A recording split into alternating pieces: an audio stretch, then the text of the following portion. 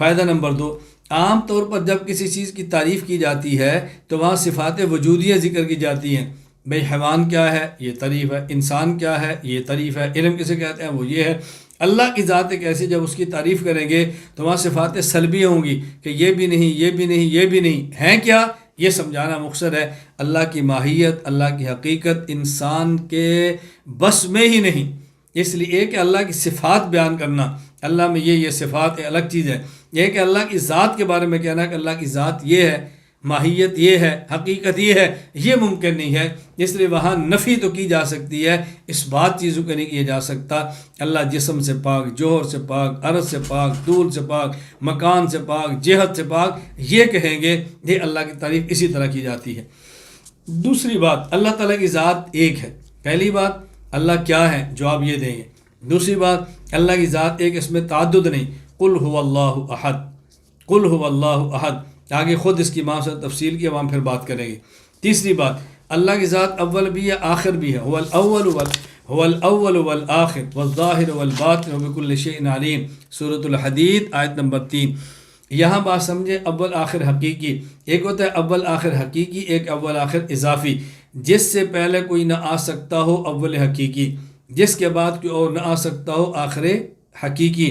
جس سے پہلے کوئی آ سکتا ہو اول اضافی، جس کے بعد کوئی آ سکتا ہو آخر اضافی. اللہ اول حقیقی ہیں، آخر حقیقی ہیں. نہ اللہ کے بعد پہلے ہو سکتا ہے، نہ ہی کوئی اللہ کے بعد ہو سکتا ہے. صحیح مسلم حدیث نمبر 2713 پر موجود ہے. حضرت سہیل سے روایت ہے کہ وہ فرماتا ہے کہ میرے والد ابو صالح نے ہمیں فرمایا کہ جب تم سونے کے لیے بستر پر جاؤ تو تم پھر یہ دعا پڑھا کرو. وہ دعا کے آپ نے الفاظ بتائے. وہ دعا کے الفاظ کیا ہیں؟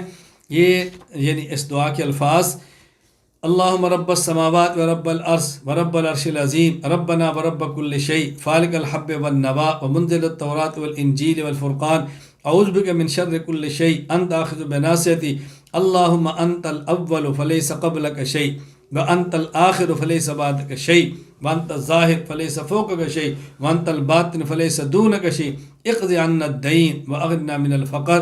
اور یہ حدیث حضرت ابو ہریرہ جب بیان فرماتے، رسول اللہ علیہ وسلم نسبت کرتے، یہ حدیث مرفوع ہے. گویا کہ نبی پاک صلی اللہ علیہ وسلم نے خود سمجھایا اول اور آخر کا معنی کیا ہے. اللہم انت الاول فلیس قبلک شیء، اللہ آپ اول ہے، آپ سے پہلے کوئی نہیں. وانت الآخر فلیس بعدک شیء، اللہ آپ آخر ہے، آپ کے بعد بھی کوئی نہیں ہے. چوتھی بات اچھی طرح سمجھتے ہیں. اللہ تعالیٰ کی ذات قدیم ہے. اللہ تعالیٰ کی ذات، ہم نے کہا اللہ کے بارے میں 5 بات سمجھنی ہے. نمبر 1، جب یہ پوچھے اللہ کیا ہے تو جواب کیا دیں گے. نمبر 2، اللہ ایک ہے. نمبر 3، اللہ اول اور آخر ہے.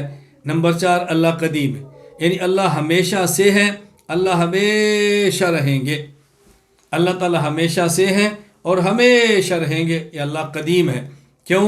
اگر اللہ کو ہمیشہ سے نہ مانیں تو اس کا معنی ہوگا کہ اللہ تعالیٰ کے موجود ہونے میں کوئی سی چیز کی رکاوٹ تھی، وہ رکاوٹ دور ہوئی تو اللہ تعالیٰ موجود ہو گئے. یا اللہ تعالیٰ کے موجود ہونے میں کسی چیز کی ضرورت تھی، وہ چیز ملی تو اللہ موجود ہوئے. جیسے اللہ کا محتاج ہونا لازم آئے گا، جبکہ اللہ صمد ہے، وہ کسی کے محتاج نہیں ہے. یہ بات ذہن نشین فرمائے. نمبر 5، اللہ تعالیٰ بلا جسم، بلا جہت اور بلا مکان موجود ہے. بلا جسم، بلا جہت، بلا مکان، یہ بنیادی چیزیں ہیں جو اللہ تعالیٰ کے بارے میں ذہن میں رکھنی ہے. نمبر 2، اللہ تعالیٰ کی صفات. اللہ تعالیٰ کی صفات 2 قسم کی ہیں: محکمات، متشابہات. محکمات جو واضح، متشابہات جو غیر واضح ہیں. پھر محکمات کی 2 قسمیں ہیں. نمبر 1 صفات ذاتیہ، نمبر 2 صفات فعلیہ. صفات ذاتیہ جن کے ساتھ اللہ موصوف ہو اور اس کی ضد کے ساتھ اللہ موصوف نہ ہو سکے، اور یہ 7 ہیں: حیات، علم، قدرت. حیات، علم، قدرت، ارادہ، سمع، بصر اور کلام. یعنی اللہ حی ہے، میت تو نہیں ہے. اللہ قادر ہے، عاجز تو نہیں ہے. اللہ تعالیٰ علیم ہے، اللہ جاہل تو نہیں، الیاذ باللہ. تو یہ معنی ہے کہ اللہ تعالیٰ صفت کے ساتھ موصوف ہو، اس کی ضد کے ساتھ موصوف نہ ہو. نمبر 2 صفات فعلیہ. اللہ صفت کے ساتھ بھی موصوف ہوں اور اس کی ضد کے ساتھ بھی موصوف ہوں. جیسے اللہ تعالیٰ محیی ہے، زندہ کرتے ہیں. اللہ ممیت بھی ہے، موت دیتے ہیں. اللہ تعالیٰ معز ہے، عزت دیتے ہیں. اللہ تعالیٰ مذل ہے، ذلت دیتے ہیں. تو یہ دیکھیں اللہ تعالیٰ کے ساتھ دونوں یعنی صفت بھی ہے، صفت کی ضد بھی ہے، لیکن یہ صفت اللہ کی ذات نہیں، اللہ کے غیر اس کا وقوع اللہ کے غیر پر ہوتا ہے۔ اللہ محیی ہے، زندہ کرتے ہیں کس کو؟ اپنے علاوہ اور کو، مارتے ہیں کس کو؟ اپنے علاوہ اور کو، عزت دیتے ہیں کس کو؟ اپنے علاوہ اور کو۔ تو اس صفت کا وقوع کسی اور پر ہوتا ہے، یہ معنی ہے اس کا کہ اللہ تعالیٰ اس کے صفات کے ساتھ موصوف ہے، ان کی ضد کے ساتھ موصوف ہے، یہ ہے صفات فعلیہ۔ اسی طرح صفات متشابہات بھی دو قسم کی ہے، غیر معلوم المعنی، غیر معلوم المراد، غیر معلوم المعنی اور معلوم المراد۔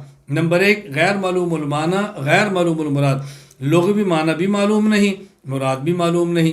نمبر دو، معلوم المعنی غیر معلوم المراد، لغوی معنی معلوم ہے اور مراد معلوم نہیں۔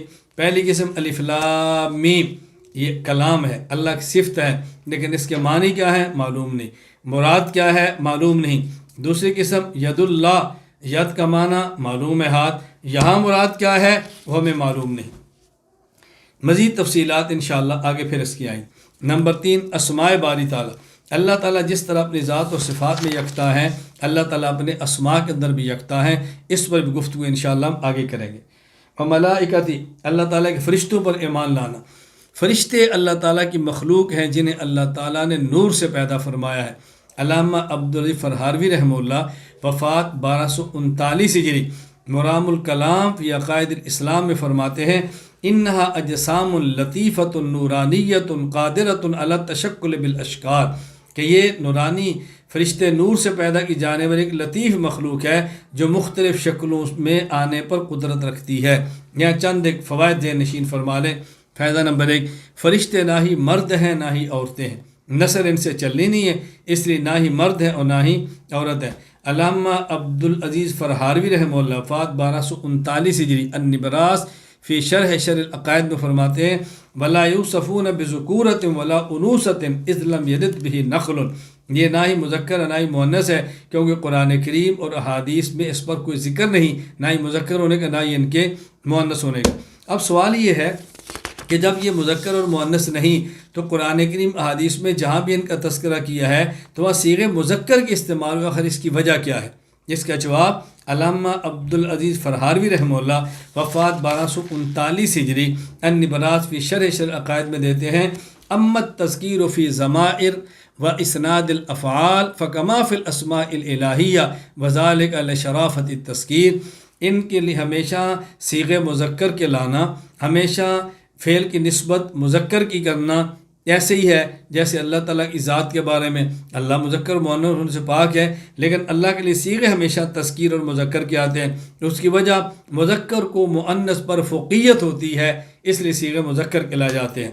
فائدہ نمبر دو، اللہ تعالیٰ نے جس کام پر انہیں مقرر فرمایا وہ کام خوش اسلوبی سر انجام دے رہے ہیں۔ سورۃ التحریم آیت نمبر 6، لا یعصون اللہ ما امرہم ویفعلون ما یؤمرون۔ فائدہ نمبر 3، فرشتے کھانے اور پینے سے پاک ہیں۔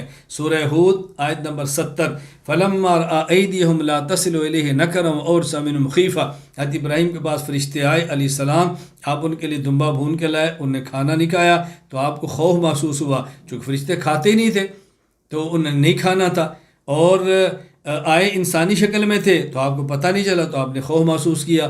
اس دور کا روایت، آنے والا مہمان میزبان کے کھانا نہ کھائے تو اس کے ارادے خطرناک محسوس ہوتے تھے۔ فائدہ نمبر 4، ہر وقت اللہ تعالیٰ کی عبادت اور زیادت میں مشغول رہتے ہیں، عبادت اور ریاضت میں۔ سورۃ الانبیاء آیت نمبر 19 اور 20، وَلَهُ مَنْ فِي السَّمَاوَاتِ وَالْأَرْضِ وَمَنْ عِنْدَهُ لَا يَسْتَكْبِرُونَ عَنْ عِبَادَتِهِ وَلَا يَسْتَحْسِرُونَ يُسَبِّحُونَ اللَّيْلَ وَالنَّهَارَ لَا يَفْتُرُونَ۔ فائدہ نمبر 5، فرشتوں کی بعض ذمہ داریاں، یعنی بعض فرشتوں کے ذمہ بعض کام اللہ نے لگائے، وہ مخصوص ذمہ داریاں ہیں۔ بعض فرشتے انبیاء علیہ السلام پر وحی لانے پر مامور ہیں۔ سورۃ النحل آیت نمبر 2، يُنَزِّلُ الْمَلَائِكَةَ بِالرُّوحِ مِنْ أَمْرِهِ عَلَىٰ مَن يَشَاءُ مِنْ عِبَادِهِ، فرشتے بعض فرشتے اولیاء کی طرف اللہ کا پیغام لاتے ہیں، یہ وحی نہیں، القاء ہے، الہام ہے۔ سورہ آل عمران آیت نمبر 45، اذ قالت الملائکۃ یا مریم ان اللہ یبشرک بکلمۃ من، بعض فرشتے ارواح قبض کرنے پر مامور ہیں۔ سورۃ الانعام آیت نمبر 61، حتی اذا جاء احدکم الموت توفت رسلنا وهم لا یفرطون، بعض فرشتے اعمال لکھتے رہتے ہیں۔ سورہ یونس آیت نمبر 21، ان رسلنا یکتبون ما تمکرون، بعض فرشتوں کی ذمہ داری ہے کہ وہ دیگر مخلوق کی حفاظت کا فریضہ سر انجام دیتے ہیں۔ سورہ رات آیت نمبر 11، لہو معقبات من بین یدیہ ومن خلفہ یحفظونہ من امر اللہ، بعض فرشتے جنت کے خازن ہیں، جنت کے داروغے ہیں، جنت کے حارس اور پہرے دار۔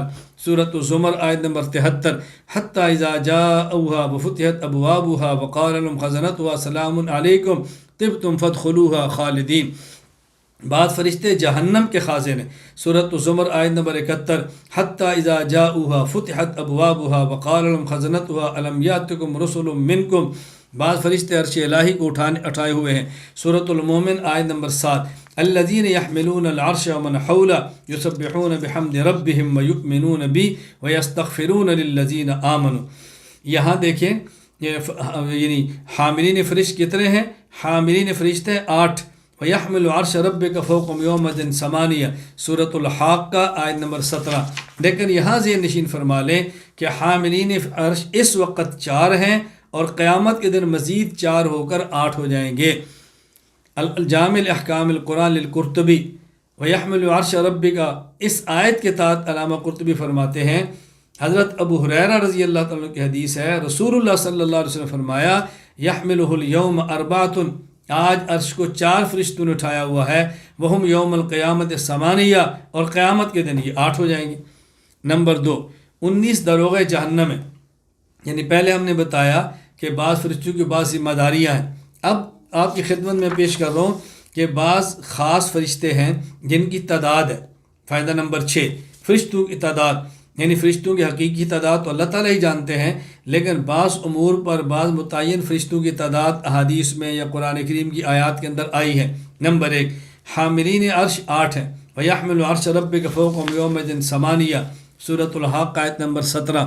لیکن یہ قیامت کے دن، آج حاملین عرش یہ 4 ہیں، جس طرح کی حدیث پاک موجود ہے، اور الجامع احکام القرآن میں علامہ قرطبی لائے ہیں، یحمل عرش ربک فوقہم کے تحت، یحمل عرش ربک کے تحت حضرت ابو ہریرہ فرماتے ہیں، رسول اللہ صلی اللہ علیہ وسلم فرمایا، یحملہ الیوم اربع، آج عرش کو اٹھانے والے 4 ہیں، وہم یوم القیامت ثمانیہ، اور قیامت کے دن یہ 8 ہوں گے۔ نمبر 2، داروغہ جہنم یہ 19 ہے، وما ادراک ما سقر لا تبقی ولا تذر لواحۃ للبشر علیہا 19 سورۃ المدثر آیت نمبر 27 سے لے کر 30 کہ داروغہ جہنم 19 ہے۔ نمبر 3، قبر میں سوال کرنے والے فرشتے 2 ہیں، صحیح بخاری حدیث نمبر 1338۔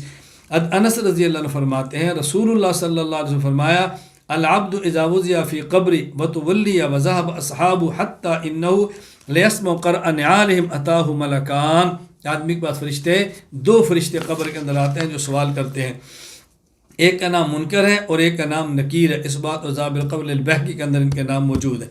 فائدہ نمبر 7، مقرب فرشتے بڑے مرتبے والے وہ 4 ہیں، حضرت جبرائیل، حضرت میکائیل، اسرافیل اور حضرت اسرائیل۔ تفسیر الدر المنصور، قل من کان عدوا لجبریل سورۃ البقرہ آیت نمبر 97 کے تحت علامہ جلال الدین عبد الرحمن بن ابو بکر السیوطی شافعی رحمہ اللہ وفات 911 ہجری فرماتے ہیں کہ حضرت ایک شخص نے رسول اللہ صلی اللہ علیہ وسلم سے پوچھا، ای الخلق اکرم علی اللہ، اللہ کے سب سے معزز مخلوق کون سی ہے؟ فرمایا لا ادری، میں نہیں جانتا۔ فجاؤ جبرائیل، جبرائیل امین ہے، کہا یا جبریل ای الخلق اکرم علی اللہ، اللہ کے کون سی مخلوق زیادہ عزت والی ہے؟ انہوں نے کہا لا ادری، میں بھی نہیں جانتا۔ فارج جبرائیل ثم حبت، جبرائیل گئے اور پھر واپس آئے، اوپر گئے پھر واپس آئے، کہا اکرم الخلق علی اللہ، اللہ کے عزت والی مخلوق جبرائیل، میکائیل، اسرافیل اور ملک الموت ہے۔ فاما جبریل فصاحب الحرب وصاحب المرسلین، انبیاء پر وحی لانے والے، رسولوں کے ساتھی اور عذاب نازل کرنے والے دشمنان دین پر۔ واما میکائیل فصاحب کل قطرہ تسقط وکل ورقہ تنبت وکل ورقہ تسقط، اور میکائیل ہر بارش کے قطرے کو برساتے ہیں، ہر اگنے والا پتا، ہر گرنے والا پتا اس پر یہ معمور ہے۔ واما ملک الموت فموکل بقبض کل روح عبد، اور ملک الموت اس کے ذمہ ہر بندے کی روح کو قبض کرنا ہے، فی بر او بحر، وہ بر و بحر میں جہاں بھی ہو۔ اما اسرافیل فامین اللہ بینہ و بینہ، اور حضرت میکائیل اللہ اور اللہ کے مابین یہ امین ہے۔ فائدہ نمبر 8، فرشتوں کے سردار حضرت جبرائیل امین ہے۔ سورۃ المعارج آیت نمبر 4، تعرج الملائکۃ والروح الیہ فی یوم کان مقدارہ 50,000 سنہ۔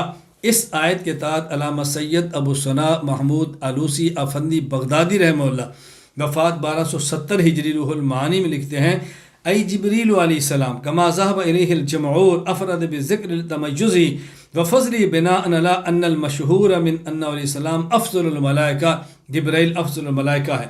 اسی طرح سورۃ تکویر آیت نمبر 21، انہ لقول رسول الکریم ذی قوت عند ذی العرش مکین مطاع ثم امین، ان کی اطاعت کی جاتی ہے، یہ دلیل ہے ان کے افضل ہونے کی۔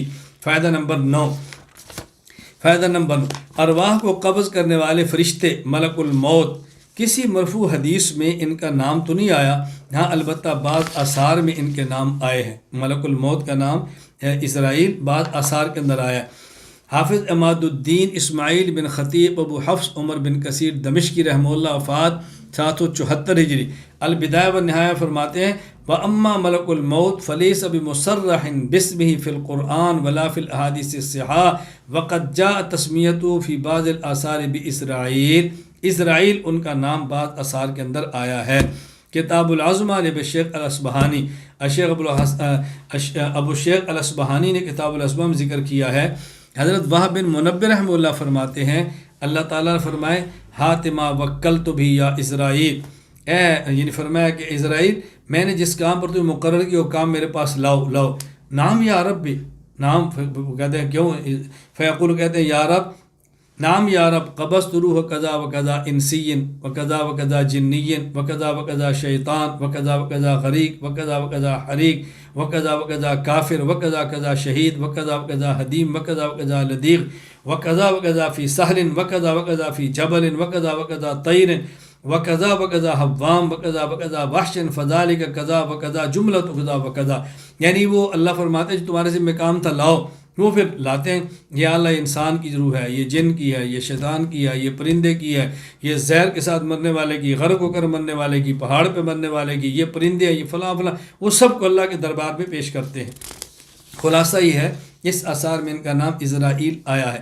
اسی طرح ابو شیخ نے کتاب العظمہ میں ایک روایت نقل کی ہے، حضرت ابراہیم علیہ نبینا علیہ الصلوۃ والسلام ان نے تسلیما ملک الموت علیہ السلام وصف جبرائیل، اللہ اکبر، حضرت ابراہیم علیہ السلام نے ایک بار ملک الموت سے پوچھا جن کا نام اسرائیل ہے، دیکھو سال ابراہیم ملک الموت وصف اسرائیل، ملک الموت سے پوچھا جس کا نام اسرائیل ہے، وَلَهُ عَيْنَانِ عَيْنٌ فِي وَجْهِ وَعَيْنٌ فِي قَفَاهُ، ایک آنکھ آگے ہے ایک آنکھ پیچھے ہے۔ کہا یا ملک الموت ما تصنع اذا كان نفس بالمشرق ونفس بالمغرب وقلب وبا بارض واتقى الزحفان كيف تصنع، اللہ اکبر، کیا اگر زمین میں وبا پھیل جائے، کوئی مشرق میں کوئی مغرب میں، اور بیک وہ سب مرنا شروع ہو جائے تو سب کی روح کیسے قبض کرتا ہے؟ انہوں نے کہا میں کہتا ہوں میں ادعو الارواح باذن اللہ، میں اللہ کے حکم سے ان کو بلاتا ہوں، فیکون بین اصبعی ہاتین، جیسے میری دونگلیاں ہیں نا، اللہ جس طرح میری دونگلیاں، اس طرح زمین کو سکیڑ دیا جاتا ہے، وضحیت لی الارض فترکت مثل الطست یتناول منها حیث شاء، میں ارواح کو اللہ حکم سے بلاتا ہوں، میری دو انگلیوں کے درمیان آ جاتی ہیں۔ راوی کہتے ہیں کہ ملک الموت کے لیے زمین سکیڑ دی جاتی ہے اور وہ ایک تھال کی طرح بن جاتی ہے جس میں ملک الموت جہاں سے چاہے ارواح قبض کر لیتے ہیں، اللہ اکبر۔ خیر میں نے صرف یہ 3 آثار پہ بتانے کے لیے کہ ملک الموت کا نام اسرائیل قرآن کریم میں حدیث پاک میں نہیں، ہاں البتہ بعض آثار کے اندر آیا ہے۔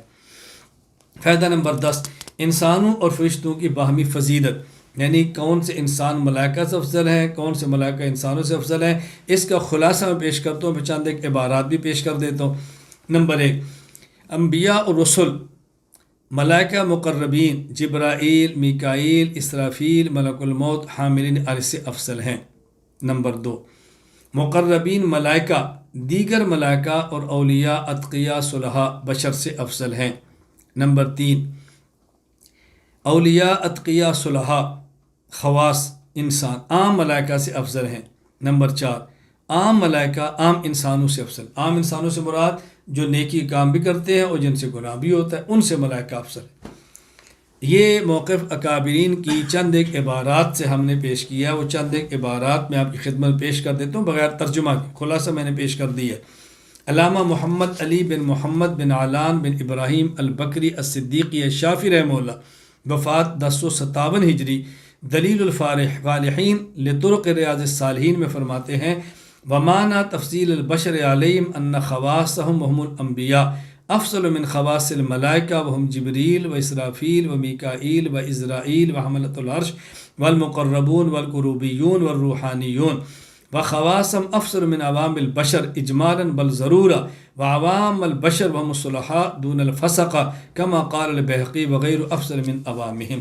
نمبر 2، علامہ شیخ ابو الحسن محمد بن عبد الہادی السندھی الحنفی رحمہ اللہ، وفات 1138 ہجری، سنن شرح ابن ماجہ حدیث نمبر 3947 کے تحت لکھتے ہیں وَهَذَا مُوَافِقٌ لِمَذْهَبِ أَهْلِ السُّنَّةِ مِنْ أَنَّ خَوَاصَ الْبَشَرِ أَفْضَلُ مِنْ خَوَاصِ الْمَلَائِكَةِ وَعَوَامُ الْبَشَرِ أَفْضَلُ مِنْ عَوَامِ الْمَلَائِكَةِ قَالُوا الْمُرَادُ بِالْعَوَامِ الْأَوْلِيَاءُ الْأَتْقِيَاءُ الصُّلَحَاءُ. نمبر 3، ابو العباس احمد بن محمد بن مہدی الحسنی الفاسی رحمہ اللہ، وفات 1224 ہجری، تفسیر البحر المدید لن یستنکف المسیح ان یکون عبدا للہ، سورۃ النساء آیت نمبر 172 کے تحت لکھتے ہیں والتحقیق فی المسئلہ ان الانبیاء والرسل افضل من خواص الملائکہ کالمقربین وخواص الملائکہ وهم المقربون افضل من خواص البشر کالاولیاء وخواص البشر افضل من عوام الملائکہ وعوام الملائکہ افضل من عوام البشر. علامہ ابو الثناء محمود علوسی افندی بغدادی رحمہ اللہ، وفات 1270 ہجری، احناف اکثر شوافی اور شاعرہ کا مسلک نقل کرتے ہیں. روح المعانی وَلَقَدْ كَرَّمْنَا بَنِي آدم سورۃ الاسراء آیت نمبر 70 کے تحت ان رسل من البشر افضل مطلقا ثم الرسل من الملائکہ علی من سوا من البشر والملائکہ ثم عموم الملائکہ علی عموم البشر وهذا ما علی اصحاب الامام ابی حنیفہ علیہ الرحمہ وکثیر من الشافعیہ والاشعریہ. شیخ الاسلام مولانا شبیر احمد عثمانی رحمہ اللہ، وفات 1369 ہجری، تفسیر عثمانی وَلَقَدْ كَرَّمْنَا بَنِي آدم سورۃ الاسراء آیت نمبر 7 کے تحت فرماتے ہیں حنفیہ کی رائے یہ نقل کی ہے کہ رسول بشر رسول ملائکہ سے افضل ہیں، اور رسول ملائکہ باستثناء رسول بشر کے باقی تمام فرشتوں آدمیوں سے افضل ہیں، اور عام فرشتوں کو عام آدمیوں پر فضیلت حاصل ہے. وکتبی، آسمانی کتب پر ایمان لانا، اس کو بھی سمجھ لیں. فائدہ نمبر 1، اللہ تعالیٰ نے جن و انس کی ہدایت کے لیے مختلف زمانوں میں اپنے نبیوں پر جو کتابیں اور صاحب عطا فرمائے، جس زمانے میں جس نبی پر جو کتاب نازل ہوئی وہ برحق اور سچی تھی. فائدہ نمبر 2، قیامت تک واجب الاتباع اور نجات کا مدار اب صرف قرآن کریم پر ہے، باقی کتب منسوخ ہو چکی ہیں. نمبر 3، تمام آسمانی کتابوں پر ہم ایمان لاتے ہیں. ان پر ایمان لانے کا مطلب یہ ہے، عقیدہ رکھا ہے کہ یہ کتب اپنے اپنے دور برحق اور صحیح تھی. انہیں برحق ماننے کا مطلب ان پر عمل کرنا نہیں کہ اب ان پر عمل بھی کرے، نہ، اپنے دور میں برحق تھی، سچی تھی، اب یہ تحریف شدہ ہے. فائدہ نمبر 4، انبیاء علیہ السلام پر نازل ہونے والی کتب اور صحائف کی تعداد 104 ہے. ان میں 4 کتابیں تورات، انجیل، زبور، قرآن، اور باقی 100 صحیفے نازل ہوئے. حضرت شیس علیہ السلام پر 50، ادریس علیہ السلام پر 30، ابراہیم علیہ السلام پر 10، موسیٰ علیہ السلام پر تورات کے نزول سے قبل صحائف 10 نازل ہوئے. اور حضرت ابو ذر غفار رضی اللہ تعالیٰ عنہ ایک طویل حدیث مروی ہے، اس میں حضرت ابو ذر رضی اللہ تعالیٰ عنہ نے حضرت صلی اللہ علیہ وسلم سے عرض کیا اور آپ نے کیا فرمایا. صحیح ابن حبان حدیث نمبر 361، یا رسول اللہ کم کتاباً انزلہ اللہ؟ قال 100 کتاب و 4 کتب، 104. انزل علی شیس 50، شیس پر 50 صحیفہ، وانزل علی اخنوح 30 صحیفہ، حضرت ادریس پر 30، اخنوح حضرت ادریسی کا نام ہے. وانزل علی ابراہیم 10 صحائف، ابراہیم علیہ السلام پر 10، وانزل علی موسیٰ قبل التورات 10 صحائف، وانزل التورات والانجیل والزبور والقرآن. حضرت ادریس علیہ السلام، حضرت ابھی جن کا نام آیا ہے حضرت اخنوخ، میں نے عرض کیا حضرت ادریس ہی ہے. التفسیر البیضاوی، علامہ ناصر الدین ابو سعید عبداللہ بن عمر شیرازی رحمہ اللہ، وفات 685 ہجری، سورہ مریم کی آیت نمبر 56 وذکر فی الکتاب ادریس کے تحت فرماتے ہیں ہوا سبط شیسن، حضرت ادریس علیہ السلام حضرت شیس کے پوتے، وجد ابی نوح، اور نوح علیہ السلام کے والد کے دادا ہیں، واسمہ اخنوخ، اور انہی کا نام اخنوخ ہے. قول و رسول، رسولوں پر ایمان لانا. اللہ تعالیٰ نے اپنا پیغام ہدایت دے کر جن حضرات کو انسانوں کی طرف اور جنات کی طرف بازو کو مبعوث فرمایا وہ ہیں انبیاء اور وہ ہے رسول۔ فائدہ نمبر 1، نبی کی تعریف: انسان مبعوث من اللہ معصوم من الخطا مفروض الاتباع۔ نبی وہ ہے نمبر 1 انسان ہو، نمبر 2 اللہ کی طرف سے مبعوث ہو، نمبر 3 گناہوں سے بچایا جاتا ہو، معصوم ہو، نمبر 4 اس کی بات کو ماننا فرض ہو۔ یہاں 2 لفظ ہیں، نمبر 1 انسان، نمبر 4 لفظ ہیں، انسان، مبعوث، معصوم، مفروض۔ ہم ایک ایک پر تھوڑی سی بات کرتے ہیں۔ نمبر 1 انسان۔ انسان کی تعریف کیا ہے؟ جو ذو عقل ہو اور محسوس ہو، عقل بھی ہو، چھونا چاہیں تو ان کو چھو بھی سکیں۔ حضرت شاہ عبد القادر محدث دہلوی رحمہ اللہ، وفات 1230 ہجری، سورۃ الحجر آیت نمبر 28، وَإِذْ قَالَ رَبُّكَ لِلْمَلَائِكَةِ إِنِّي خَالِقٌ بَشَرًا مِّن صَلْصَالٍ مِّنْ حَمٍ مَّسْنُونٍ۔ اس کے تحت فرماتے ہیں بشر وہ جو بدن رکھے کہ ہاتھ سے پکڑا جاوے اور روح رکھے ہوشیار۔ اگلے مخلوقات یا حیوان تھے جن کو ہوش نہیں، یا فرشتے یا جن تھے جن کا بدن نہ پکڑا جاوے۔ اللہ اکبر۔ موزل قرآن شاہ عبد القادر محدث دہلوی، یہ ذہن نشین فرما لیں کہ اردو میں سب سے پہلے قرآن کریم کا ترجمہ یہ شاہ عبد القادر محدث دہلوی کا موزل قرآن ہے۔ اس کو ذہن میں رکھیں، یہ بہت اہمیت کا عامل ہے۔ میں کہا کرتا ہوں اگر کسی شخص نے قرآن کریم کو سمجھنا ہو، وہ سب سے پہلے حضرت شاہ عبد القادر صاحب کا موزل قرآن پڑھ لے، اور اس کے بعد حضرت شیخ الہند رحمہ اللہ کی تفسیر عثمانی پڑھ لے، اس کے بعد حضرت حکیم الامت حضرت تھانوی رحمۃ اللہ علیہ کا بیان القرآن پڑھ لے، اس کے بعد مفتی محمد شفیع رحمۃ اللہ علیہ کراچی والے کا معرف القرآن پڑھ لے، مولانا محمد عزیز قادری رحمۃ اللہ علیہ لاہور والے ان کا معرف القرآن پڑھ لے۔ آپ دیکھ رہے ہیں قرآن کریم سمجھ آئے گا، قرآن کریم سمجھ آئے گا۔ یہ ترتیب رکھے، چونکہ پہلے کی اردو قدیم ہے، پھر سال، اور اب الحمدللہ تعالی ہمارا ترجمۃ القرآن کریم مکمل ہونے والا ہے، اور انشاءاللہ العزیز رمضان تک یا رمضان کے بعد مکمل ہو جائے گا۔ آسان لفظوں میں قرآن کریم کا ترجمہ مختصر حواشی کے ساتھ آپ دیکھیں تو آپ کو قرآن کریم سمجھ آئے گا۔ یہ گزشتہ ترتیب میں نے طلباء اور علماء کے لیے عرض کی ہے کہ آپ اس ترتیب پر ذرا پڑھ لیں تو آپ کو بہت نفع ہوگا۔ حاصل یہ ہے کہ انسان کے اندر 2 چیزیں ہیں، نمبر 1 اس کے اندر عقل ہو، نمبر 2 وہ انسان محسوس ہو۔ اب یہ جو عقل ہے، عقل ایک ہے کامل، ایک ہے ناقص۔ مرد میں عقل کامل ہوتی ہے، خاتون میں عقل ہوتی ہے لیکن ناقص ہوتی ہے۔ اس لیے انسان ہمیشہ یعنی وہ نبی ہوگا جو مرد ہو۔ عورت کو اللہ پاک نے کبھی بھی نبوت کا تاج نہیں پہنایا۔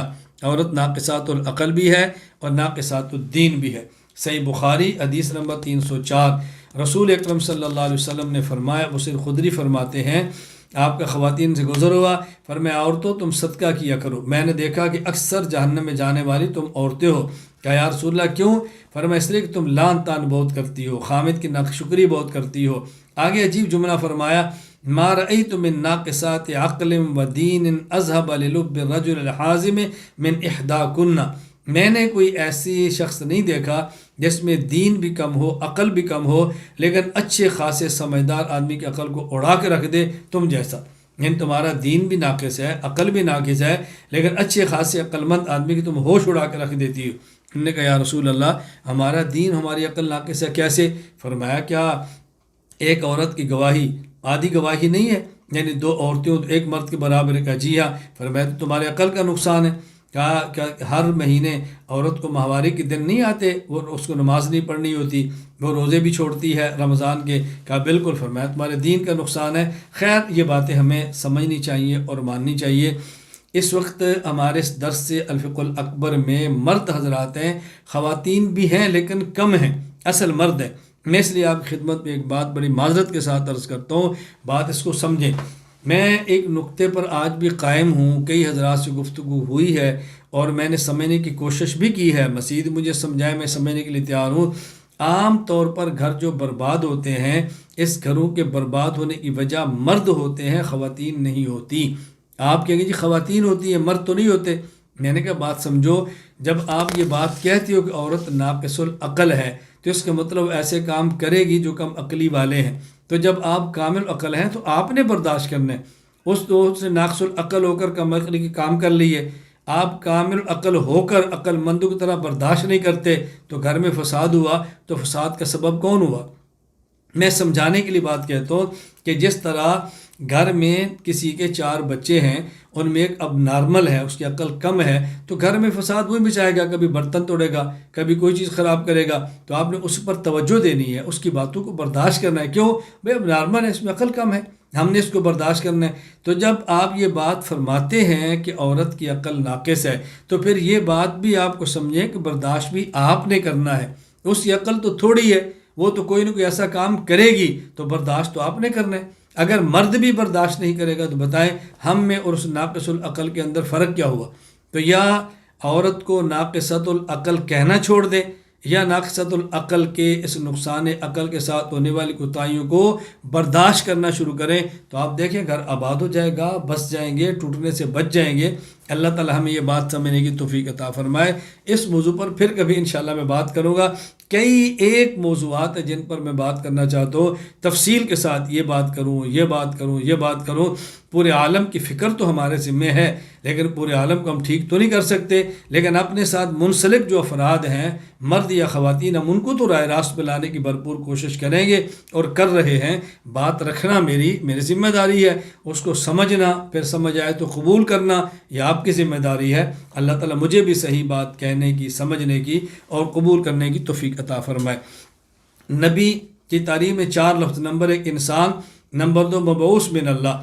مبعوث کا معنی کہ نبی عبادت اور محنت سے نبی نہیں بنتا، محض اللہ کے انتخاب سے نبی بنتا ہے۔ قرآن کریم سورۃ النحل آیت نمبر 2: ينزل الملائکۃ بالروح من امرہ علی من یشاء من عبادہ، اللہ منتخب فرماتے ہیں۔ نمبر 3 معصوم عن الخطا۔ میں ایک جملہ کہا کرتا ہوں کہ جسے لوگ چنیں اس کو الیکشن کہتے ہیں، جسے حاکم چنیں اسے سلیکشن کہتے ہیں۔ نبی الیکشن سے نہیں ہوتا، سلیکشن سے ہوتا ہے۔ لوگوں کے بنانے سے نبی نہیں بنتا، اللہ کے انتخاب سے نبی بنتا ہے۔ نمبر 3 معصوم عن الخطا۔ معصوم مفعول کا صیغہ ہے، اس کا معنی جس کو گناہوں سے بچایا جائے۔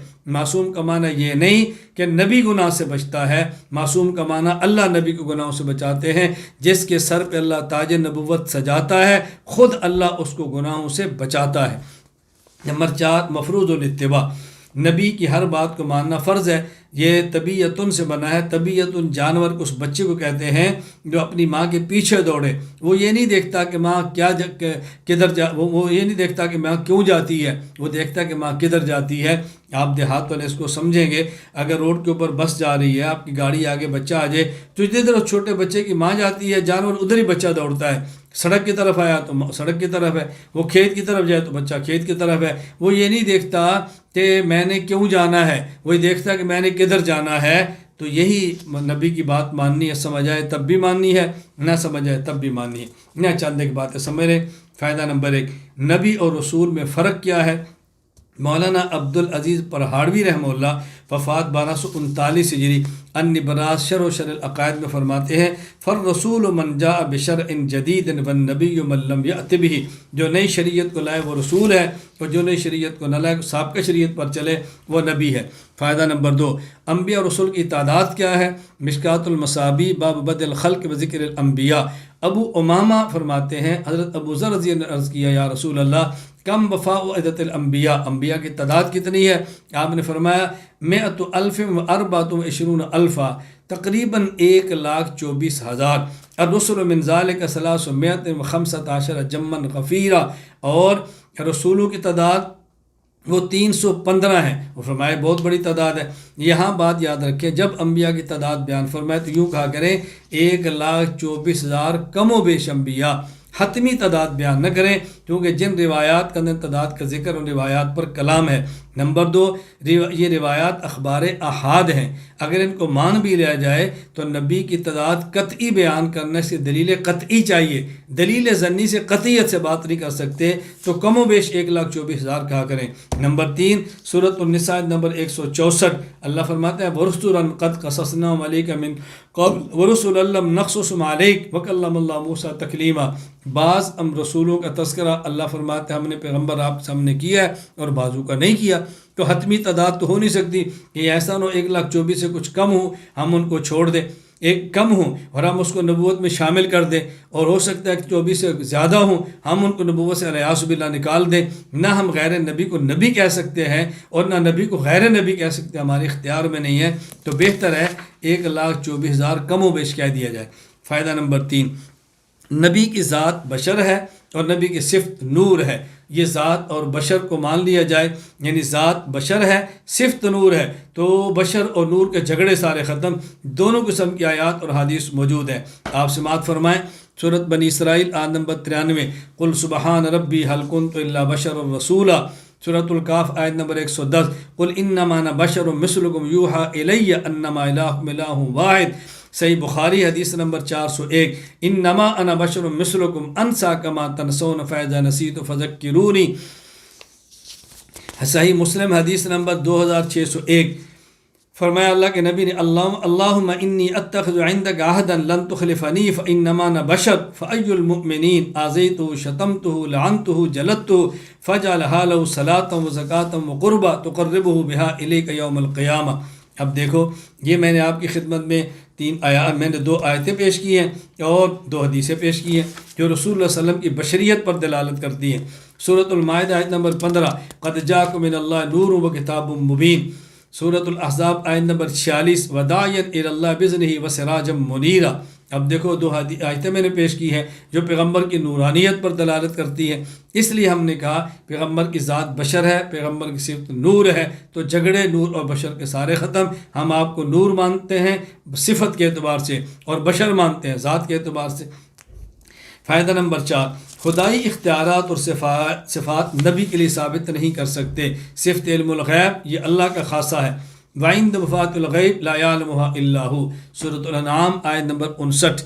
صحیح بخاری حدیث نمبر 7380، ام عائشہ فرماتی ہیں رسول اللہ صلی اللہ علیہ وسلم کی طرف فرمایا من حدثک انہ یعلم الغیب فقد کذب وهو یقول لا یعلم الغیب الا اللہ، یعنی فرماتی ہیں کہ جو شخص یہ کہے کہ رسول اللہ صلی اللہ علیہ وسلم غیب جانتے تو وہ جھوٹا ہے، کیونکہ اللہ تعالیٰ نے فرمایا کہ اللہ کے علاوہ غیب کوئی نہیں جانتا۔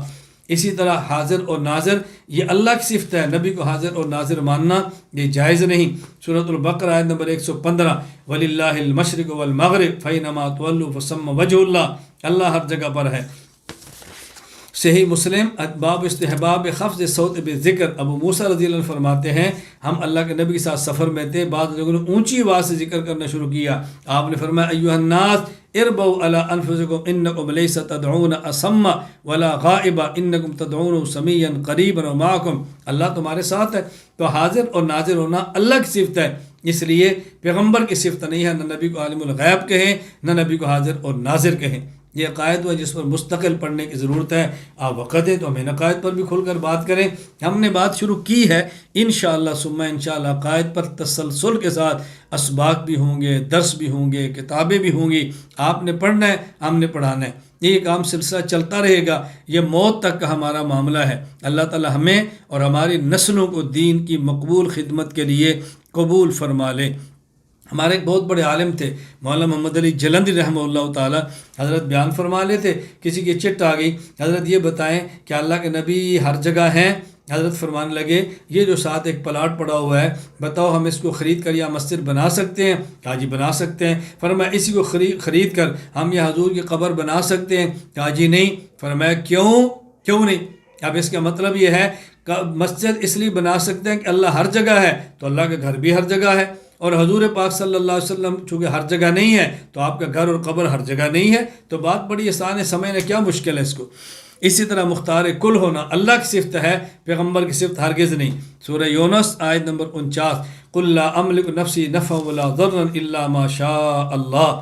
اسی طرح حدیث بہت ساری حدیث اس پر موجود ہیں، صحیح بخاری حدیث نمبر 4771، صحیح مسلم 2006، نبی پاک صلی اللہ علیہ وسلم ارشاد فرمایا جب یہ آیت نازل ہوئی انذر عشیرتک الاقربین، اپنے رشتہ داروں کو ڈراؤ، فرمایا یا معشر قریش او قریشیو، اللہ اپنے آپ کو جہنم کی آگ سے بچاؤ، لا اغنی عنکم من اللہ شیئا، یا بنی عبد مناف لا اغنی عنکم من اللہ شیئا، یا عباس بن عبد المطلب لا اغنی عنکم من اللہ شیئا، یا صفی عمت رسول اللہ لا اغنی عنکم من اللہ شیئا، یا فاطمہ بنت محمد سلینی ما شئت من مالی لا اغنی عنکم من اللہ شیئا۔ کس طرح اللہ کے نبی نام لے لے کر فرما رہے ہیں کہ میں مختار نہیں ہوں، میں نہیں بچا سکتا، اپنی فکر کرو۔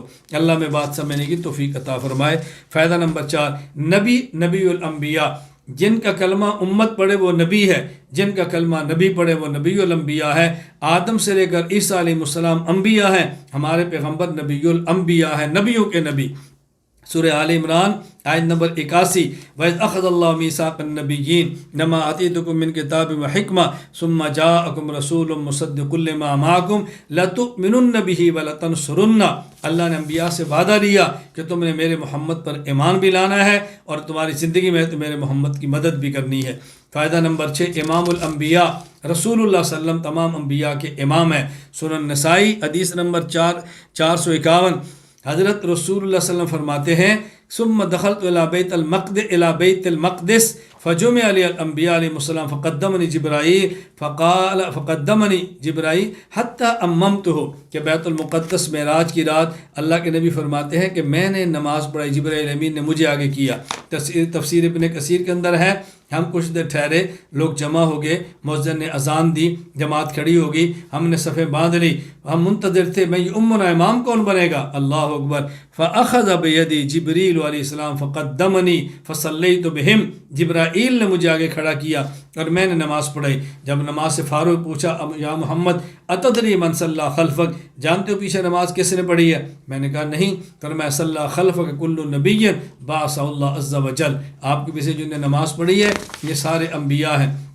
اور بات یاد رکھنا، یہ جو انبیاء نماز پڑھی ہے انبیاء کی ارواح نے نہیں، انبیاء کی ان اجساد مبارکہ نے نماز پڑھی ہے۔ ملا علی قاری رحمہ اللہ، وفات 1014 ہجری، مرقات المفاتی شرح مشکات المصابی باب فی المعراج میں فرماتے ہیں فإن حقیقت الصلاة وهي الاتيان بالافعال المختلفة انما تكون الاشباء لا للارواح، نماز جو ہوتی ہے وہ انسان افعال کے ساتھ کرتا ہے اور یہ روح کا کام نہیں، جسم کا کام ہے۔ اجساد انبیاء نمازیں پڑھی ہیں، اس لیے وہ نبی اپنے جس اجساد مبارکہ کے ساتھ تھے جو رسول اللہ صلی اللہ علیہ وسلم کے ساتھ مقتدی بنے ہیں۔ ہم بڑی آسان سی بات قادیانی سے کہتے ہیں کہ تم یہ بتاؤ یہ مرزا قادیانی جس کو تم نبی بناتے ہو، نبی کہتے ہو، بھئی معراج کی رات تو حضور کے پیچھے سارے انبیاء موجود تھے، اگر یہ نبی ہوتا یہ بھی کسی صف کے اندر ہوتا، یہ ملعون نبی نہیں تھا، اس صف کے اندر بھی نہیں تھا، یہ بیعت کی پیداوار ہے، اس کو مت نبی کہو۔ اللہ میں بات سمجھنے کی توفیق عطا فرمائے۔ افضل الانبیاء اہل سنت والجماعت کے نزدیک رسول اللہ صلی اللہ علیہ وسلم افضل الانبیاء ہیں۔ علماء امت کی تصریحات ملاحظہ فرمائیں۔ امام فخر الدین ابو عبداللہ محمد بن عمر بن حسین الرازی رحمہ اللہ، وفات 606 ہجری، تفسیر کبیر تلک رسول فضلنا بعض اللہ عباس کے داد فرماتے ہیں محمد صلی اللہ علیہ وسلم افضل الانبیاء۔ نمبر 2، امام ابو عبداللہ محمد بن احمد الانصاری القرطبی المالکی رحمہ اللہ، وفات 671 ہجری، الجامع احکام القرآن آیت ثم اوحینا الیک ان اتبع ملت ابراہیم حنیفہ، سورۃ النحل آیت نمبر 123 کے بعد فرماتے ہیں ان النبی صلی اللہ علیہ وسلم افضل الانبیاء علیہم السلام۔ نمبر 3، علامہ علاء الدین علی بن محمد بن ابراہیم البغدادی معروف علامہ خازن رحمہ اللہ، وفات 741 ہجری، تفسیر خازن اولئک الذین ھدی اللہ فبہداہ مقتدی، سورۃ الانعام آیت نمبر 90 کے تحت فرماتے ہیں انہ صلی اللہ علیہ وسلم کان افضل الانبیاء۔ نمبر 4، حافظ عماد الدین عمر بن کثیر دمشقی رحمہ اللہ، وفات 774 ہجری، وَلَقَدْ فَضَّلْنَا بَعْضَ النَّبِيِّينَ عَلَى بَعْضٍ، سورۃ الاسراء آیت نمبر 55 کے تحت فرماتے ہیں ان محمدًا صلی اللہ علیہ وسلم افضلہم۔ نمبر 5، امام مسعود بن عمر بن عبداللہ المعروف سعد الدین تفتازانی رحمہ اللہ، وفات 792 ہجری، شرح المقاصد فی علم الکلام ان افضل الانبیاء محمد صلی اللہ علیہ وسلم۔ نمبر 6، شاہ ولی اللہ محدث دہلوی، وفات 1176، العقیدۃ الحسنہ هو افضل الانبیاء علیہم السلام، انبیاء میں سے افضل اللہ کے رسول صلی اللہ علیہ وسلم ہے۔ دلائل ملاحظہ فرمائیں۔ دلیل نمبر 1، کنتم خیر امۃ اخرجت للناس تأمرون بالمعروف وتنہون عن المنکر وتؤمنون باللہ، سورہ آل عمران آیت نمبر 110۔ شرح المقاصد فی علم الکلام میں علامہ مسعود سعد الدین تفتزانی وفات 792 ہجری. یہ آیت اور وَكَذَلِكَ جَعَلْنَا أُمَّةً وَسَطًا سورۃ البقرہ آیت نمبر 143، ان سے حضور کی افضلیت پہ دلیل کیسے پکڑتے ہیں؟ فرماتے ہیں لِأَنَّ أُمَّتَهُ خَيْرُ الْأُمَمِ، حضور کی امت تمام امتوں سے بہتر ہے. كُنتُمْ خَيْرَ أُمَّةٍ کی وجہ سے، وَكَذَلِكَ جَعَلْنَاكُمْ أُمَّةً وَسَطًا کی وجہ سے، وَتَفْضِيلُ الْأُمَّةِ مِنْ حَيْثُ أَنَّهَا أُمَّةٌ تفضیل للرسول الذی ہم امتہ، اور امت کا افضل ہونا اس وجہ سے ہے یہ اس نبی کی امت ہے جو نبی افضل ہے، تبھی تو امت افضل ہوگی، ورنہ امت افضل کیسے ہوگی؟ دلیل نمبر 2، قل یا ایھا الناس انی رسول اللہ علیکم جمیعا سورۃ الاعراف آیت نمبر 158. پیغمبر اعلان فرماؤ میں سب انسانوں کا نبی ہوں. علامہ محمد عبدالرؤف بن تاج العارفین ابن علی مناوی القاہری وفات 1031 ہجری فیض القدیر شرح جامع صغیر میں فرماتے ہیں ان المصطفیٰ صلی اللہ علیہ وسلم افضل الانبیاء ورسول لما ذکر من ان کل نبی ارسل الی قوم مخصوصین وهو الی الکافہ. حضور افضل الانبیاء ہے کیونکہ گزشتہ انبیاء میں سے ہر نبی مخصوص قوم کا نبی تھا اور حضور پورے عالم کے نبی ہے. اسی طرح امام مسعود بن عمر سعد الدین تفتزانی وفات 792 ہجری شرح المقاصد فی علم الکلام میں فرماتے ہیں لأنه مبعوث الی الثقلین، حضور افضل الرسل ہے. کیوں؟ اس لیے کہ آپ کونین کے نبی ہیں. دلیل نمبر 3، حضرت امام مسلم رحمہ اللہ وفات 261 ہجری صحیح مسلم حدیث نمبر 1195 فرماتے ہیں رسول اکرم صلی اللہ علیہ وسلم فرمایا فضلت علی الانبیاء بست، مجھے اللہ نے بقیہ انبیاء پر 6 وجہوں سے فضیلت دی. مجھے جوامع الکلم دیے، مجھے روب کی نعمت دی، میرے لیے غنیمت کو حلال کیا، میرے لیے زمین کو طہور بنایا، میرے لیے زمین کو مسجد بنایا، مجھے پوری مخلوق کا نبی بنایا. کیوں؟ اس لیے کہ میں آخری نبی ہوں. تو اللہ نے مجھے 6 چیزیں عطا فرمائی، اس کی بنیاد پر مجھے اللہ نے بقیہ انبیاء پر فضیلت دی ہے. دلیل نمبر 4، آپ صلی اللہ علیہ وسلم کے افضل انبیاء ہونے پر امت کا اجماع ہے. قرآن سے بھی فضیلت ثابت، احادیث سے بھی ثابت اور اجماع امت سے بھی ثابت. علامہ علاء الدین علی بن محمد بن ابراہیم البغدادی المعروف علامہ خازن وفات 741 ہجری تلک رسل فضلنا بعضهم علی بعض سورۃ البقرہ آیت نمبر 253 کے تحت تفسیر خازن میں فرماتے ہیں واجمعت الامت علی ان الانبیاء بعضهم افضل من بعض وان نبینا محمد صلی اللہ علیہ وسلم افضلهم. امت کا اجماع ہے بعض نبی بعض سے افضل ہیں اور ہمارے پیغمبر تمام انبیاء سے افضل ہیں.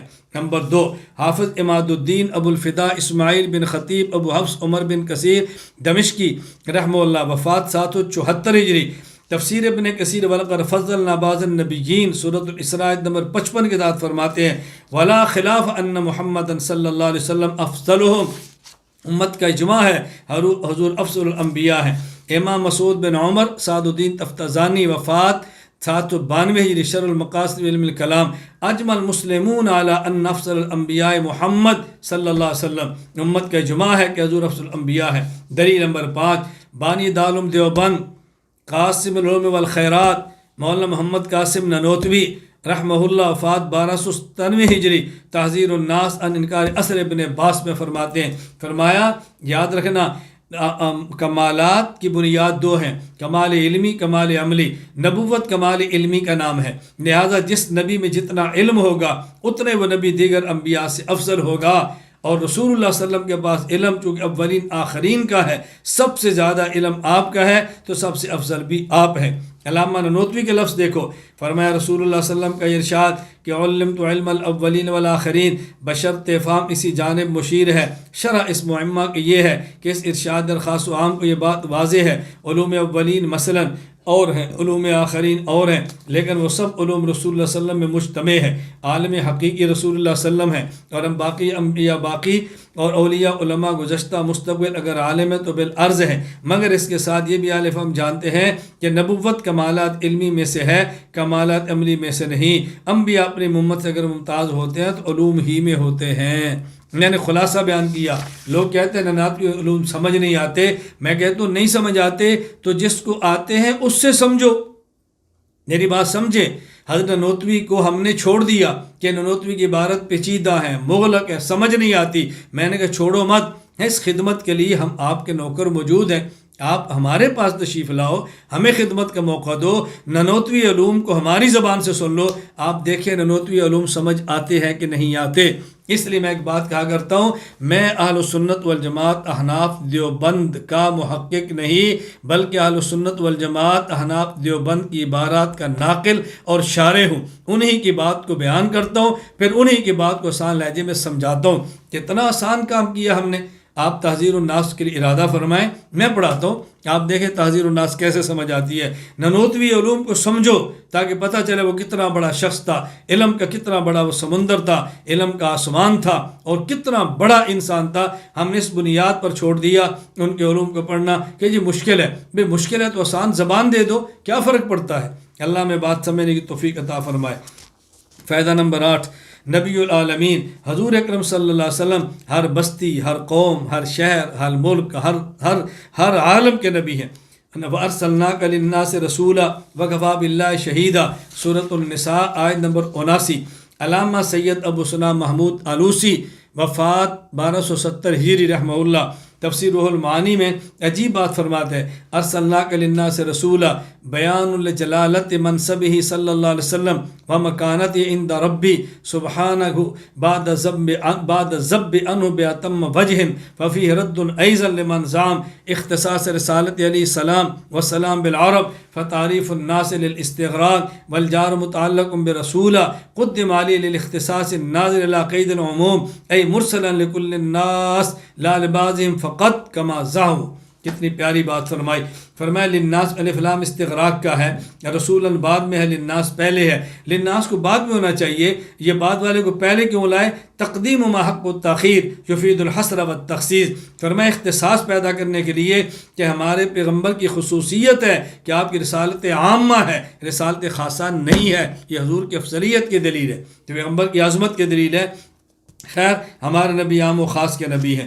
نمبر 2 سورۃ الاعراف آیت نمبر 158، قل یا ایھا الناس انی رسول اللہ علیکم جمیعا۔ تفسیر ابن کثیر، علامہ ابن کثیر دمشقی رحمہ اللہ، وفات 774 ہجری، فرماتے ہیں ای جمیعکم وہذا من شرفہ وعظمتہ انہ خاتم النبیین وانہ مبعوث الی الناس کافہ۔ حضور پوری امت کے نبی ہیں۔ صحیح مسلم ایک تمام تمام انبیاء ثقلین کے نبی ہیں۔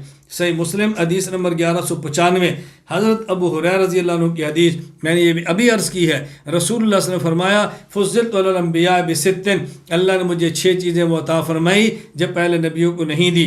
ان میں ایک چیز ارسلت الی الخلق کافہ، اللہ نے مجھے پوری مخلوق کا نبی بنا کر بھیجا۔ فائدہ نمبر 9، خاتم الانبیاء، باقی انبیاء ہیں، ہمارے پیغمبر خاتم الانبیاء ہیں۔ اللہ اکبر، آپ آخری نبی ہیں۔ ما کان محمد ابا احد من رجالکم ولکن رسول اللہ وخاتم النبیین وکان اللہ بکل شیء علیما، سورۃ الاحزاب آیت نمبر 40۔ اسی طرح صحیح مسلم حدیث نمبر 1195، اللہ کے نبی فرماتے ہیں اللہ پاک نے مجھے انبیاء پر فضیلت دی اور مجھے 6 چیزیں دی جو میری ضرورت تھی۔ وہ ضرورت کیا تھی؟ ختم بی النبیون، اللہ نے مجھ پر نبوت کو ختم فرما دیا ہے۔ اجماع امت، پوری امت کے اجماع کے حضور آخری نبی ہے۔ شیخ امام المواہب عبد الوہاب شعرانی رحمہ اللہ، وفات 273 ہجری، الیواقیت والجواہر فی بیان عقائد الاکابر، فرماتے ہیں اعلم ان الاجماع قد انعقد علی انہ صلی اللہ علیہ وسلم خاتم المرسلین کما انہ خاتم النبیین۔ نمبر 2 ملا علی بن سلطان محمد القاری الہروی، وفات 1014 ہجری، شرح فقہ الاکبر میں فرماتے ہیں ودعوی النبوت بعد نبینا صلی اللہ علیہ وسلم کفر بالاجماع، حضور کے بعد نبوت کا دعویٰ کرے تو یہ کفر ہے۔ نمبر 3 علامہ سید ابو ثنا آلوسی رحمہ اللہ، وفات 270 ہجری، تفسیر روح المعانی، ما کان محمد ابا احد من رجالکم کتاب وکون صلی اللہ علیہ وسلم خاتم النبیین مما نطق بہ الکتاب وصدعت بہ السنہ واجمعت علیہ الامہ، اس پر پوری امت کا اجماع ہے کہ حضور آخری نبی ہیں، لہٰذا اگر کوئی آپ کی اس ختم کا انکار کرے تو کافر ہے۔ بانی دارالعلوم دیوبند مولانا محمد قاسم ننوتوی رحمہ اللہ، وفات 1297 ہجری، عجیب گفتگو فرمائی ہے۔ حضرت علامہ سہارنپوری نے اس کو نقل فرمایا المحنت کے اندر۔ خلاصہ کیا ہے؟ ان الخاتمیت لنس تحتہ نوعان، فرمایا ما کان محمد ابا احد من رجالکم ولکن رسول اللہ و خاتم النبیین، یہ خاتمیت جنس ہے، اس کی دو نوع ہیں، ایک ہے خاتمیت زمانیہ، ایک ہے خاتمیت ذاتیہ۔ خاتمیت زمانیہ کا معنی حضور کا زمان نبوت سب انبیاء سے بعد ہے۔ خاتمیت ذاتیہ کا معنی نبوت چلی بھی آپ پر ہے اور ختم بھی آپ پر ہے، آپ کی نبوت ذاتی ہے، بقیہ انبیاء کی نبوت عرضی ہے۔ بالذات بالعرض کا ضابطہ یہ ہے کہ بالذات سے چیز شروع ہوتی ہے اور بالذات پہ آپ کی ختم ہوتی ہے۔ آپ نے ٹارچ ماری جلائی اور روشنی دیوار پہ لگی تو ٹارچ سے نکلی اور دیوار پہ گئی، آپ نے ٹارچ کو بند کیا، روشنی واپس ٹارچ کے اندر آ گئی، اس کی روشنی بالذات ہے، اور زمین پہ روشنی بالعرض ہے۔ حضور کی نبوت بالذات ہے، باقی انبیاء کی نبوت بالعرض ہے۔ نبوت چلی بھی حضور سے ہے، ختم بھی حضور پر ہے۔ فرمایا حضور کی نبوت ذاتی بھی ہے، حضور کی نبوت زمانی بھی ہے، آپ کی نبوت سب سے آخر میں بھی ہے اور آپ کی وجہ سے سب کی نبوت ہے۔ ننوتوی رحمۃ اللہ نے عجیب بات فرمائی ہے، فرمایا صرف آخری ہونا یہ کمال نہیں ہے، بلکہ آخری ہونا بھی کمال ہے اور ذاتی ہونا بھی کمال ہے، زمانی ہونا بھی کمال ہے۔ ختم نبوت کا معنی ایسا بیان کرو کہ جس سے کھل کر نظر آئے کہ رسول اللہ صلی اللہ علیہ وسلم کا یہ کمال تھا، یہ حضور کا کمال ہے۔ خیر یہ تو تحذیر الناس پہ بات ہو، پھر میں وہاں کھل کر بات کروں۔ والیوم الآخر، ہم ایمان لاتے ہیں یوم آخر پر، بات سمجھنا، الیوم الآخر سے مراد دوسرا جہان ہے۔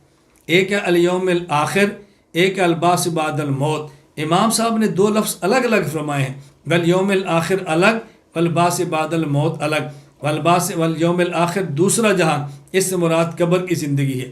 والبعث بعد الموت سے مراد حشر کی زندگی ہے۔ تو امام صاحب نے دونوں کا ذکر کیا ہے، یا چند ایک باتیں ذہن نشین فرما رہے ہیں۔ نمبر ایک، اہل اسلام سمجھتے ہیں بندہ جب فوت ہوتا ہے ایک جان سے دوسرے جان منتقل ہوتا ہے، اور کافر سمجھتے ہیں کہ بندہ جب فوت ہوتا ہے تو یہ ختم ہو جاتا ہے۔ اس لیے آپ اہل اسلام کی مساجد میں اعلان سنیں گے، فلاں انتقال کر گیا، فلاں کا وصال ہو گیا، فلاں دار فانی سے دار جہان میں کوچ کر گیا، اس قسم کے لفظ ہوں گے۔ کبھی یہ نہیں کہتے فلاں مر گیا ہے، ختم ہو گیا، ایسا کبھی نہیں کہیں گے۔ تو اہل اسلام کا نظریہ الگ ہے اور اہل کفر کا نظریہ الگ ہے۔ شاعر مشرق ڈاکٹر علامہ محمد اقبال رحمہ اللہ، وفات 21 اپریل 1938، بانگ دورہ میں فرماتے ہیں، موت کو سمجھے ہیں غافل، اختتام زندگی یا یہ شام زندگی، صبح دوام زندگی۔ موت کو سمجھے ہیں غافل، اختتام زندگی یا یہ شام زندگی، صبح دوام زندگی۔ غافل سے مراد کافر، کافر سمجھتا ہے کہ زندگی ختم ہو گئی ہے، ختم نہیں ہوئی، یہاں کی زندگی ختم، اگلی زندگی شروع۔ یہ ختم نہیں ہوئی بلکہ زندگی کی شام ہے اور اگلی زندگی کی صبح ہے۔ تو بات اچھی طرح سمجھیں، اللہ نے پہلی زندگی کا ذکر بھی کیا، دوسری کا بھی، وَلَقَدْ عَلِمْتُمُ النَّشْأَةَ الْأُولَىٰ فَلَوْلَا تَذَكَّرُونَ، سورۃ الواقعہ آیت نمبر 62، وَأَنَّ عَلَيْهِ النَّشْأَةَ الْأُخْرَىٰ، سورۃ النجم آیت نمبر 47۔ میں سمجھا رہا ہوں کہ موت کے بعد انسان ختم نہیں ہوتا، ایک جہان سے دوسرے جہان میں منتقل ہوتا ہے۔ نمبر 2 فائدہ، ایک زندگی موت کے بعد سے لے کر حشر تک ہے، اور ایک زندگی حشر کے بعد پھر جنت اور جہنم تک کی ابدی زندگی ہے۔ موت کے بعد کی زندگی قیامت ہے، یہ قبر والی زندگی قیامت صغریٰ ہے اور حشر والی زندگی قیامت کبریٰ ہے۔ فائدہ نمبر 3، موت کے بعد قبر میں سوال جواب ہوں گے اجمالاً، من ربک، من نبیک، ما دینک۔ اسی طرح اس میں جو عذاب اور ثواب ہوگا اجمالاً، اگر جواب ٹھیک ہے تو جنت پیش ہوگی، اسے کہتے ہیں عرض جنت، اگر سوال غلط ہے تو جہنم پیش ہوگی، اسے کہتے ہیں عرض نار۔ اور قیامت کو سوال اور جواب بھی تفصیلاً ہوں گے اور جنت اور جہنم کا عذاب بھی تفصیلاً ہوگا۔ تو موت کے بعد قبر میں جہنم پیش کی جاتی ہے، جہنم میں داخلہ نہیں ہوتا، جنت پیش کی جاتی ہے، جنت میں داخلہ نہیں ہوتا۔ افتح لہ بابا الی الجنہ، جنت کا دروازہ کھول دو، فیاتیہ من طیبہا وروحہا، قبر پہ خوشبو آ رہی ہے، ہوا آ رہی میٹھی، اور جہنم کے لیے جہنم کی گرم لو جہنم کی قبر کے اندر آ رہی ہے۔ تو یہاں عرض نار، عرض جنت، اور جب قیامت ہوگی یوم تقوم الساعہ ادخلوا آل فرعون، اب جہنم میں داخل ہو، اور اسی طرح فادخلی فی عبادی وادخلی جنتی، جنت میں داخل ہو۔ تو قبر میں سوال و جواب بھی اجمالاً، ثواب و عذاب بھی اجمالاً، حشر میں سوال و جواب بھی تفصیلاً اور ثواب و عذاب بھی اجمالاً۔ فائدہ نمبر 4، موت سے لے کر حشر تک کی زندگی کو قبر کی زندگی بھی کہتے ہیں، عالم برزخ بھی کہتے ہیں۔ قبر اور برزخ کا معنی سمجھیں۔ قبر کہتے ہیں میت اور میت کے جزا کا مقر، جہاں میت ہو یا میت کے جزا ہو، یہ ہے قبر، یہ قبر ہے۔ قبر خاص گڑھا نہیں، جہاں میت ہو وہ قبر، جہاں میت کے جزا بکھر جائیں وہ قبر۔ اب اس کا فائدہ، اگر ایک انسان پانی میں گرا، اس کے اجزاء پانی میں تحلیل ہو گئے، جہاں جہاں اجزاء گئے وہ قبر۔ کسی کو جانور نے کھا لیا، معدے نے سے نکال دیا، جہاں ذرات گئے وہ قبر۔ اگر کسی کو جلا دیا، ذرات بکھار دیے، جہاں ذرات گئے وہ قبر۔ تو قبر صرف وہ جگہ نہیں جہاں دفن ہے وہ بھی قبر ہے، جہاں میت وہ بھی قبر، جہاں میت کے جزا وہ بھی قبر۔ اب اس میں آیات اور حدیث آپ دیکھ لیں گے، کوئی بھی آیت اور حدیث ہمارے خلاف آپ کو نظر نہیں آئے گی۔ ولا تقم علی قبری، سورۃ التوبہ آیت نمبر 84، ان اللہ یبعث من فی القبور، سورۃ الحج آیت نمبر 7۔ اسی طرح حدیث بھی بہت ساری ہیں۔ موطا امام مالک میں حدیث موجود ہے، رأیت عبداللہ بن عمر یقف علی قبر النبی فیصلی علی النبی وعلی ابی بکر وعمر رضی اللہ عنہما۔ احادیث آپ کو ملے گی قبر کی، اور قرآن مجید میں آیات اور حدیث۔ میں سمجھانا کیا چاہ رہا ہوں، جب آپ نے قبر کا یہ معنی سمجھا، سارے اشکالات حل ہو گئے۔ لوگ کہتے ہیں ایک شخص کو جانور نے کھا لیا، اس کی تو قبر ہی نہیں، عذاب قبر کیسے، جنت کی نعمتیں کیسے؟ ایک آدمی پانی میں گرا اور پانی میں اس کے اجزاء تحلیل ہو گئے، اس کی تو قبر ہی نہیں، ثواب و عذاب قبر کیسے؟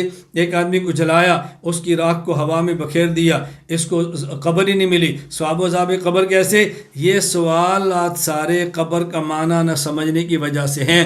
میں ایک جملہ کہا کرتا ہوں، معترض ہمارے موقع پر اعتراض کرتا ہے، ہمارے موقف کو سمجھتا نہیں، اور ہمارے دوست جواب نہیں دے سکتے، ہمارے موقف کو سمجھتے نہیں۔ وہ سمجھتا تو اعتراض نہ کرتا، اور ہم سمجھتے تو جواب دے لیتے۔ قبر کا معنی یاد رکھ لو، جہاں میت یا میت کے اجزاء ہوں وہی قبر ہے۔ اور یہ جو اجزاء ہیں یہ ختم نہیں ہوتے، تبدیل ہوتے ہیں۔ ازالہ اور ہے، استحالہ اور ہے۔ ایک ہے انسان کا ختم ہو جانا، ایک ہے اجزاء کا تحلیل ہو جانا، دونوں میں فرق ہے نا۔